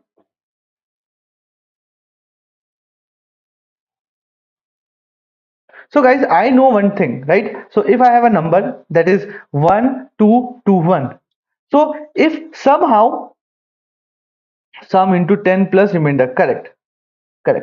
So I have a number that is 1, 2, 2, 1. If somehow I will reverse the number, right? Reverse the number, that is 1, 2, 2, 1. And this is a reverse number, right? And now I will compare the original number with the reverse number. And if both are equal, then it is a prime number. Right, everyone? It is a prime number. So it is 1, 2, 2, 1, right? And how I can reverse the number? Anyone? In order to reverse the number, what you have to do? You have to take the last digit, right? And you know how you can take the last digit, right? After taking the last digit, again you have to take the last digit and you have to add this two in here, right? You have to add 2 here. So how you can add 2 here? You have to take the last digit. In the last digit you have to multiply with 10, and to 10 you have to add the new digit, that is 1 into 10 plus 2, so you will get 12. Again, pick the last digit, that is 2. Again, you have to multiply 12 with 10 plus 2. You will get what? 122, right? And again, you have to pick the last digit, that is 1, 2, 2 into 10 plus 1. So you will get 1221. That is in the reverse order. And you will check whether the reverse number is equal to the original number, then this is a palindromic number. And here I have already written the code, right? Here I have already written the code. Just you have to make a very small change, that is sum is equal to sum into 10 you have to do. Okay, the moment you will do this part now, you will get the reverse number, right? You will get the reverse number. Everyone is clear? Yes or no? Please write in the chat if it is clear. Okay, So let's move to the next one. That is what we have. We have to guess a number, right? Number guessing game. Okay, from the audience who have already do this, who have already done this question, that is number guessing game. Anyone from the audience?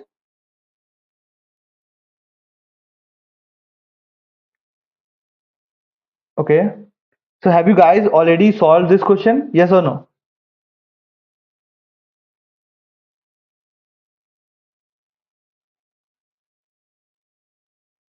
Okay. So what is number guessing game? A random number will be generated by the system, right? Random number will be generated by the system. Let's assume any random number, okay? That is X, and you have to guess this number, right? You have to guess this number. So if the number you guess, okay, the number you guess is equal to X, okay? If the number you guess is equal to X, that means you won the game. If the number you guess is greater than X, that means you have to print a hint to the user, okay, to the person who is playing the game. That is, hey, you have guessed a too high number. Okay, you have guessed a too high number. Okay, and similarly, if you have guessed a number and that guess number is less than X, so you have to print a message to the person who is playing the game, that is the number is too low, please try again. And you have given n attempts, okay, k attempts, and in that k attempts you have to guess the correct number. Okay, guess the correct number, right? And if you are able to guess the correct number, you have won the game. And if you are not able to guess the correct number in k attempts, that means you lost the game. So you have to print you lost the game on the output screen. Everyone is clear with the question part, yes or no? Please write in the chat if the question is clear.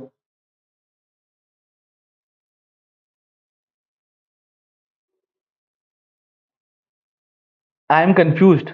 Firoz, should I again, like what we are doing here? We have to guess a number. Okay, a random number will be generated by the computer. Okay, and you have to guess the random number, right? That is, if the number you guess is equal to X, that means you won the game. There is no need to guess the number, right?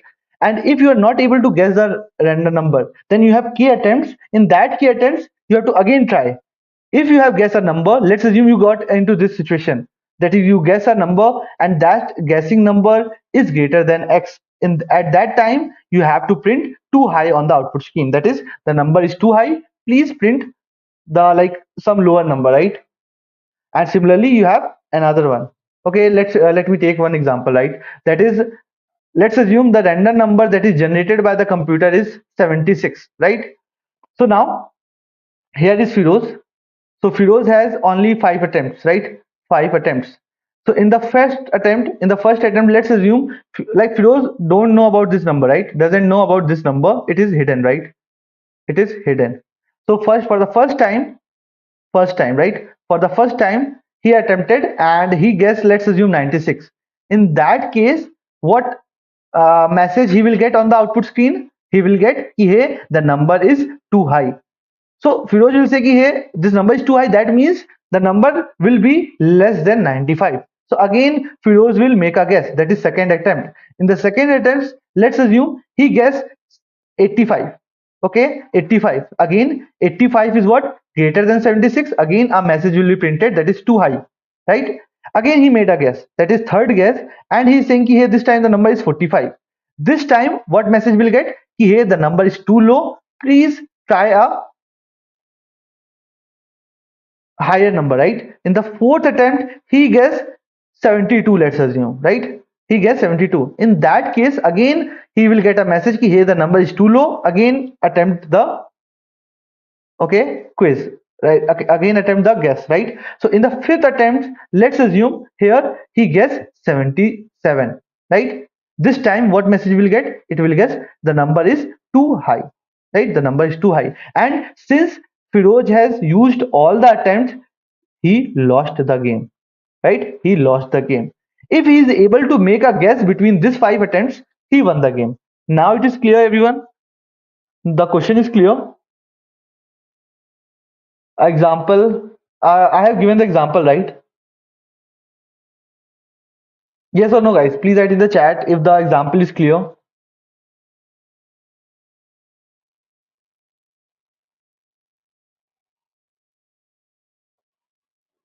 Okay.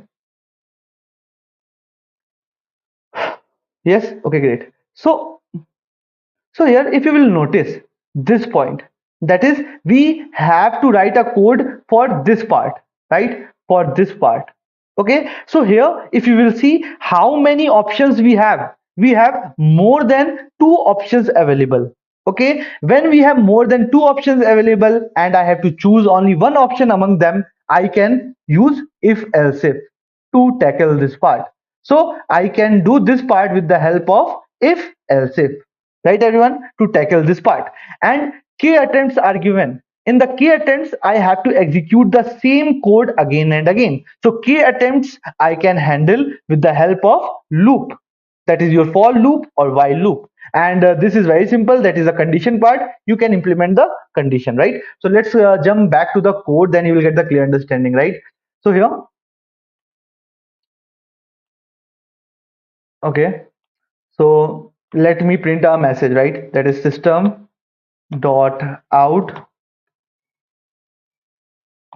dot println. And one more thing, guys, here I've missed one part, that is the number, random number will be between 1 to 100. Okay, the random number will be between 1 to 100, right? So here system dot out dot println,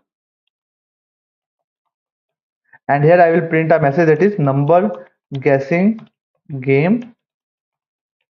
And right, and after that what I will do, I want to generate a random number from the computer, right? So here I will take a variable that is random, right? Rand number.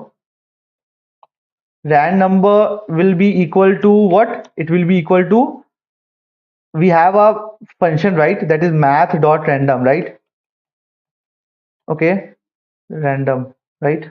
And let's try to first see what value we get when I will print this number, right? Math dot random, system dot out dot println, and here math dot random, right? So here if I will execute the code, so okay, okay, I have to use this one, right? Run the code. And here you can see, guys, right? You are getting a random number that is 0.167, right? Again, let's run the code again. Again, you will get some different random number that is 0.77, right? And again, if you will run the code, you will get a different number that is 0.438, right? So if you will see, you are getting a random number again and again. What you want a number between 1 to 100, right? You want a random number between 1 to 100, right? Okay, 1 to 100. So how you will get a number from 1 to 100? What you have to do, you have to take the random number, okay, and to that random number you have to multiply the random number with 100. So the moment you will do this part, what you will get, you will get 43.85 something, right? 35 point something. This random number function is generating a number from 0, okay, till, okay, 1, not including 1. Okay, this is from 0 not including 1. So it is generating a random number between 0 till not including 1, right? So here you are getting this 0.43, 0.45, right? And you want number from 1 to 100. So what you are doing, you are multiplying the number with 100. So you will get a random number from 0 to 99. And in order to get a random number from 0 to 1 to 100, what you will do, whatever result you will get, you will add plus 1 to it. So you will get a random number from 1 to 100. Everyone is clear till this point, yes or no? Please write in the chat if it is clear. Part is clear, how I can get a random number from 1 to 100? Yes or no, guys?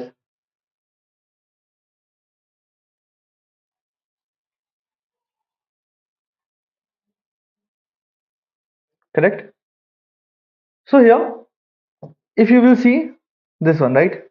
So this one int random is equal to math dot, okay, this one. So guys, can you write in the chat what output I will get now if I will print the value of random number, that is this one. Let's see this one, right? What output I will get? According to you guys, what output I will get if I will print random number on the output screen now? Okay. So let's see who all got the clear understanding of what we have learned from day 1 to day 3. Okay.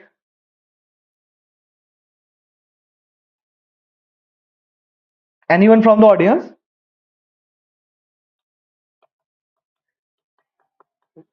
Int rand number is equal to math dot rand random, and I am printing the value of random number. What output I will get, guys?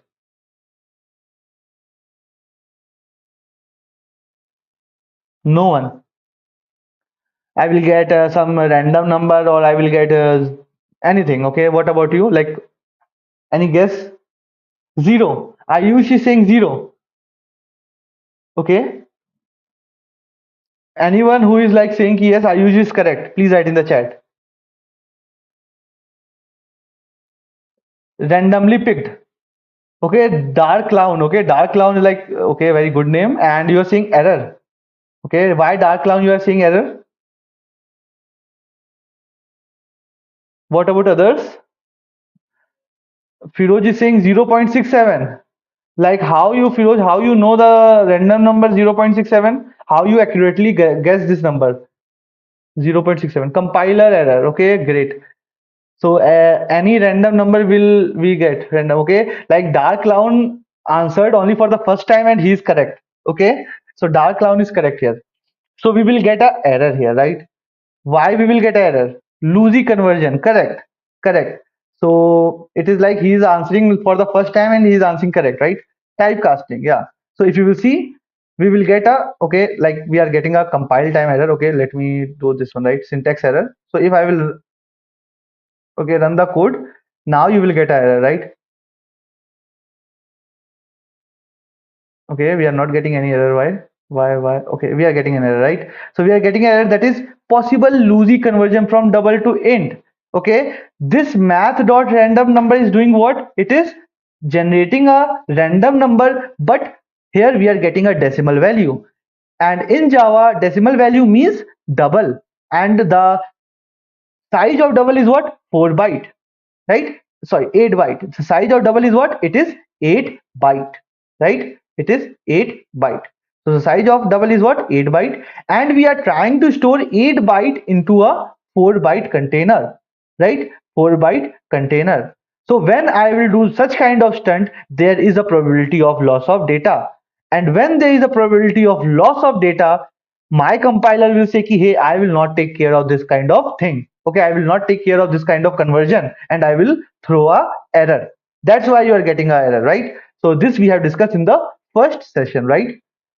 So that's why you are getting an error. And after that, if I will, okay, in order to remove the error, I have to typecast it, right? So in order to typecast in round brackets, you have to write the data type, that is I want to typecast double to integer. So that's why here the data type is what? Int. So what this typecast will do, it will just, okay, if I have the number like this, that is 0.673, so it will just pick the integer value, it will just pick the integer part, and some part will be lost. Okay, some data we will lose, right?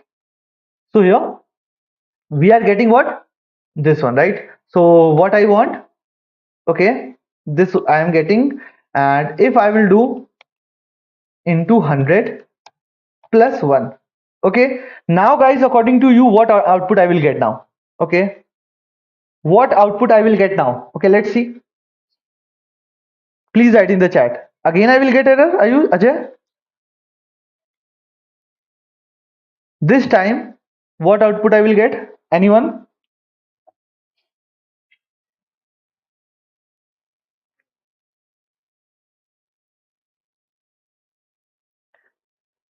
Okay, dark clown is again has again answered this question, right? That is this one, right? And this time dark clown, I think this time you are wrong, right? Okay, try to see why you are wrong.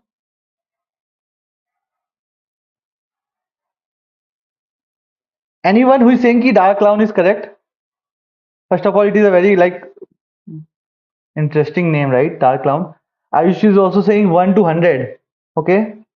Anyone else who is saying 1 to 100? 1 to 100. Okay. Everyone is saying 1 to 100. Okay. Let me see, right? It will be. Okay. I'm also not sure, but I think it will give me 1. Okay. Let me see whether it is giving 1 or not.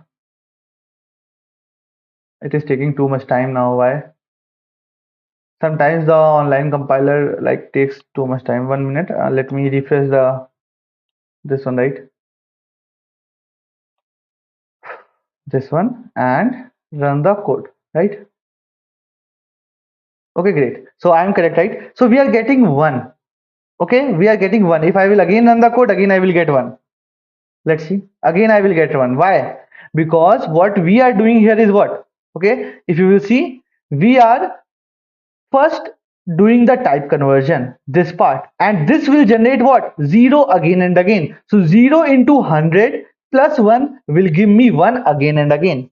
Right, everyone? So what we have to do in order to tackle this part, what I will do, I will enclose this part first, right? First I will multiply the random number with 100, and after that I will typecast in order to get the number from 1 to 100, right? So now I will get a random number from 1 to 100. Yeah, so I got the random number, and after that what I will do, I will write k, int k. Okay, yeah. So int k, let's assume we have only 5 attempts, right? Int k is equal to 5. We have only 5 attempts, and here I will use a loop. That is, I will take one variable I is equal to 1.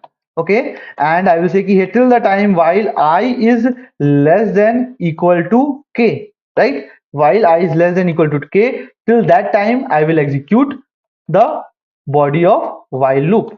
And here what I will do, inside this, mm, I will print a message that is, hey, please enter the number, right? System.out.println, and here I will enter, please enter the number that you want to guess, right? Please enter the number. Okay, and after that what I want the input from the user. In order to get the input from the user, what I want, I have to create the object, right? That is scanner sc is equal to new scanner. Okay, and this will be equal to system.in, right?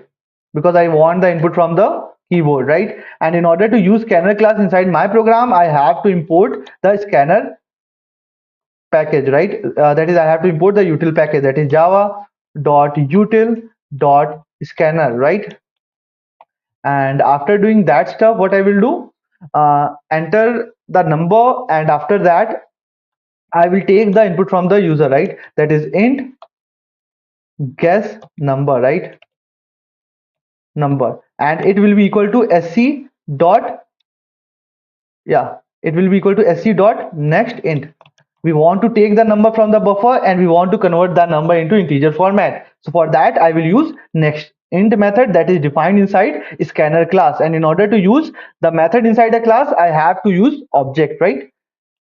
After that I got the guess number, right? So here I will write a check, hey, if the number you guess, that is guess number, is equal to actual number, right? Sorry, that is equal to random number, right? Or you can write this as actual number, right? Actual. Okay, let's change the name, that is actual, this one, right? Number, right? So if guess number is equal to actual number, in that case I will print ki, hey, you won the game, right? You won the game.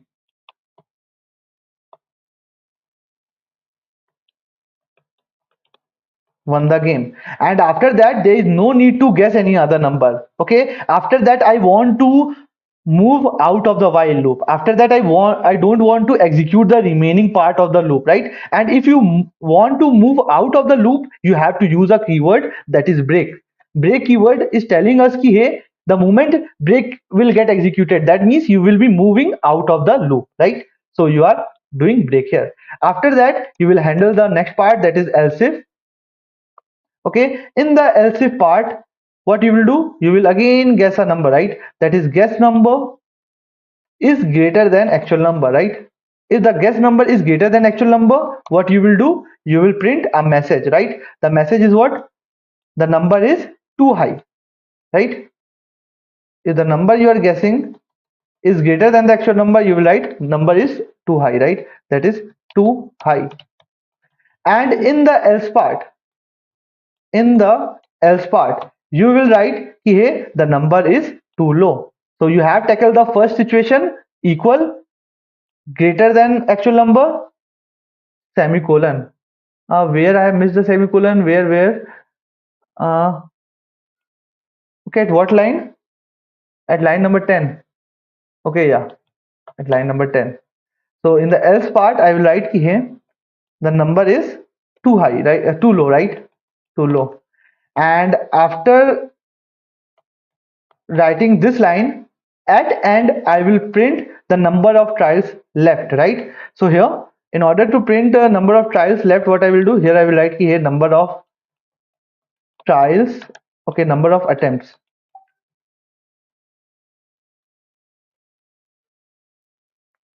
1 minute, guys. Okay, number of attempts left.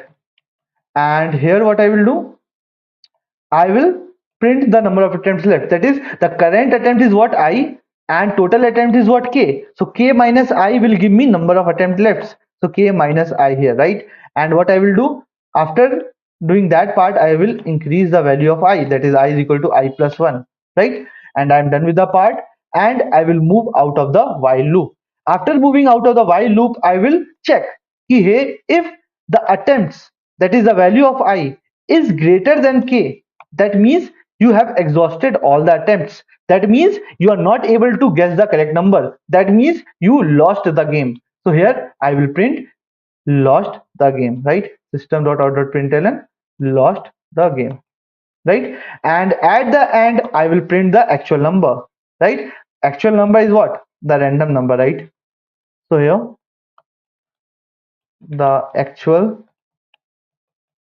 number, and here it will be equal to actual number, right? This one. So this will be the code, and let's run the code, right? So we are getting an error, that is k. Okay, k I have taken in capital letter, so let's take k in small letter, right? So let's run the code. So here you can see we are getting number guessing game. Please enter the number. So let's enter the number. Okay, so let's enter 56. Okay, try to guess the number, guys. Okay, anyone from the audience who want to guess? Let's see. So 56. Okay, let me guess the first number because I've written the whole code. Okay, so I should get the first chance, right? So here it is saying here the number is too low. That means I'm getting a hint, and here I'm getting a message also ki the number of attempts left is for 4, right? So I know one thing ki my number will be between 57 to 100, right? Anyone wants to guess? Okay, from the audience. Oh, 74. Ajay is saying 74. Let's take 74, right? Okay, and here this time the number is too high, so I got a range, that is the number will be between 57 to 73. Anyone else? Should I take 57 to 73? 65? Okay, so let me take 65, right? Okay, what happened? It is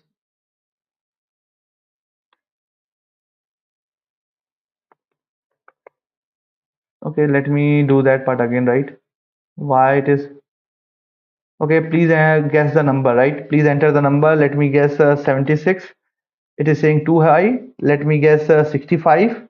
Okay, it is saying the number is too high again. So 69, okay, if I will take 69, it is again too high. That means the number will be between 1 to 50, sorry, 64, right? So let's take a smaller number, right? That is, let's take 45, right? Again, it is saying too high. Firoz, 69 will not be the answer because 45 is too high. That means 69 is too much high, right? So that means my number will be between 1 to 44, right? So let me guess 23, right? Let me see. So this time the number is too low. So I have only one attempt left. Anyone wants to try? 23. Okay, I have already guessed 23. 30. Okay, Krishna is saying 30. Let's see. So again, the number is too low and the actual number is 29. Okay, Krishna, you are too close, right? You are too close and it is like 29 is the actual number.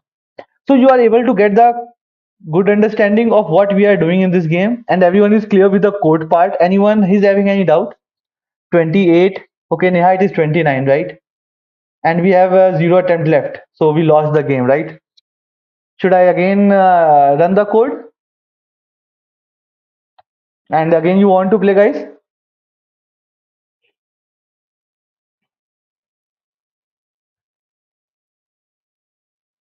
Okay, let's again run the code, right? And those who are able to answer the correct guess, okay, those who are able to guess the correct number, there will be a mock interview from my side. Okay, I will take a mock interview. You just have to share the mail, right? I will share you the link of the mail.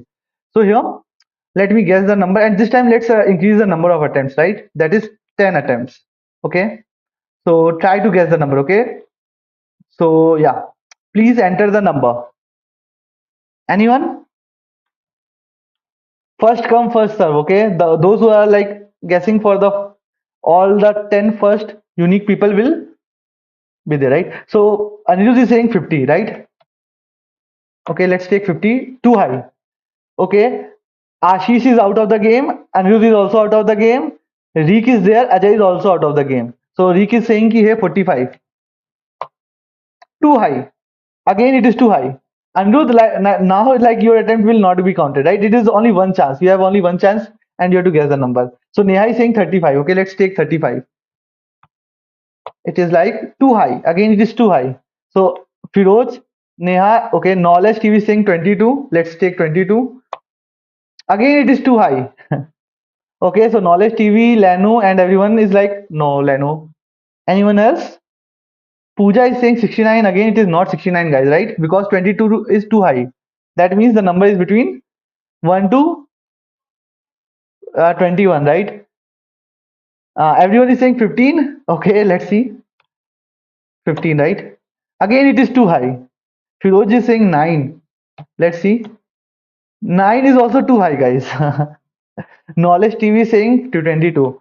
So 22 is also too high, guys.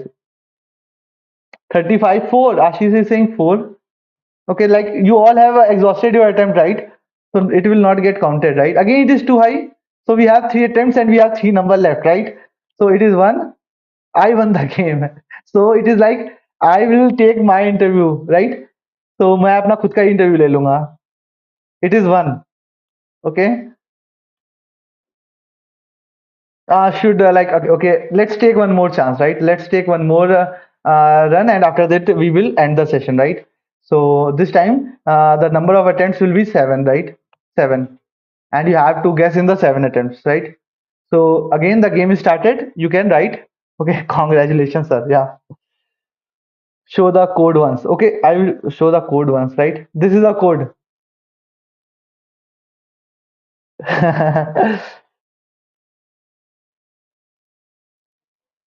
Okay, who is saying show the code once? Anirudh, code is clear, right? Should we? Okay, Ashish is saying 50. Okay, Ashish is the first person who is okay constantly answering. So Ashish, your attempt is like you are out of the game, right? Too high number. Anyone else?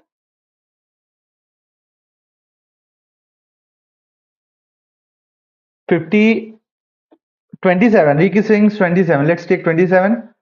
Again, the number is too high. Let's take 34. Okay. Again, the number is too high. 12. Too low. That means you are close, right? The number is between 12 to 27. Okay, 26, 13 to 26. 1. Neha, 1 is not the answer because 12 is too low, right? Anirudh, Krishna, okay, Krishma, right? Krishma, yeah. 15. Everyone is saying 15, right? Sheikh is saying 52 out of the world, right? So 15, let's take 15, right? Too low. Okay, you have two attempts left, and the number is between 16 to 26, right? The number is between 16 to 26.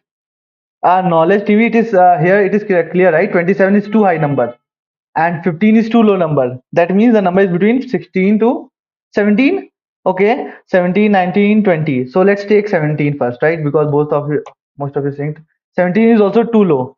So Lanu is saying 22. Okay, 19.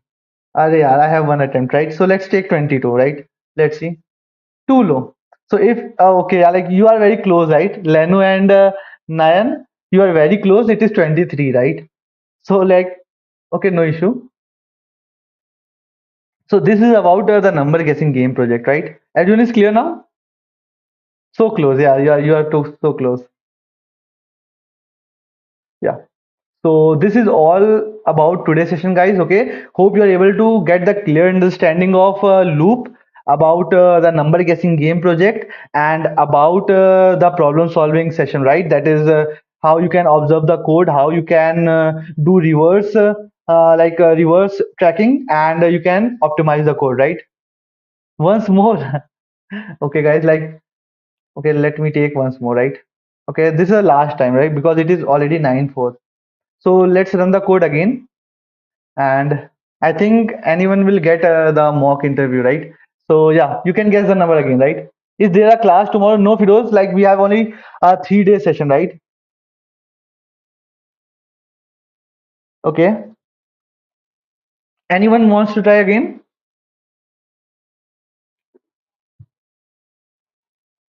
Ashish is there. That is 60. Ashish is saying, right? Okay, Ashish, you lost the game. How to get the certificate? Akhilesh, try to guess the number. You will get the certificate, right? You will get two certificate. Neha is saying 45. Okay, too low. Oh, this time, like, we have 5 attempts and the number is between 45 and 60, right? Anyone? 33, 40? No, no. Yeah, our number will be between 46 to 59, right? 53, 49. 53. Okay, let's take 53 first. Too high. Okay, we have 4 attempts and the number is between 46 to 52. 54 is not the correct answer, yeah. 69 is also not the correct answer. Why? Like, 53 is too high. That means my answer will be between 46 to 52, right? Aish is saying 51, 49. Okay, 48. Like, lot of answer, right? So let's take 48 first. Arey yaar, it is like there is some issue in the online compiler, right? There is some issue in the online compiler. I don't know what. Okay, 48, 48. Let me take 48 again. Too low. Okay, 48 is too low. That means my number is between 49 to 52, right? Okay, everyone is wrong. 51. Okay, let's take 51. Too low. Okay, let me take 52, right? I won the game again, right? Anyone has answered 52? Okay, like, I am playing the game, and it is like I am judging and I am winning the game itself, right? Sir, मैं खुद ही जीत जा रहा हूँ game, बताओ. 52, right? No one has answered 52. Anyone from the audience who have already answered 52? No one, right? Yeah. 53 I gave. It is 52, right? Almost near. Yeah. No issue, guys. Okay, this is all for today's session, guys. Okay, hope you have a great time in this session. Okay, you learned a lot. And if you have any suggestions, if you have anything, like any feedback you want to give, you can share the feedback in the comments. Okay, or you can, when you're filling the attendance form here, this one, right here. So you can see the mark attendance button. From here, you can mark the, like, you can give the rating out of 10. Okay, and if you are interested in a 6-month Let's Upgrade full stack program and a data science program, you can get the link of the program from here. That is, if you will see here, right? Full stack program and data science program, you can explore this link. That is for the full stack program. the certificate after the session. If you have attendance, then a certificate link will get generated, right? So I will tell you that part also. So here you can see full stack web development program, the USP of the program, that is 15 industry standard coding project you have in this full stack program. Okay, placement assistant with 150 plus. Okay, we have tie up with 150 plus companies, and here there will be one-to-one mentorship session, one-to-one doubt session, and you have the recorded lecture. Okay, you have the project part, and here you can see the rating on the Google also, right? And this will be the 6-month program, and again the eligibility criteria, and again the fees part, right? And if you will see, if you will go down here, you will see what we are going to learn. That is, we are going to learn about DSA this time. In the web development program, you have the DSA session in C++ and in Java, right? You have HTML, CSS, JavaScript to build the base. After that, you will move to the Bootstrap, Terminal, GitHub to upload your code on the GitHub so that you can share your code to the interviewer, right?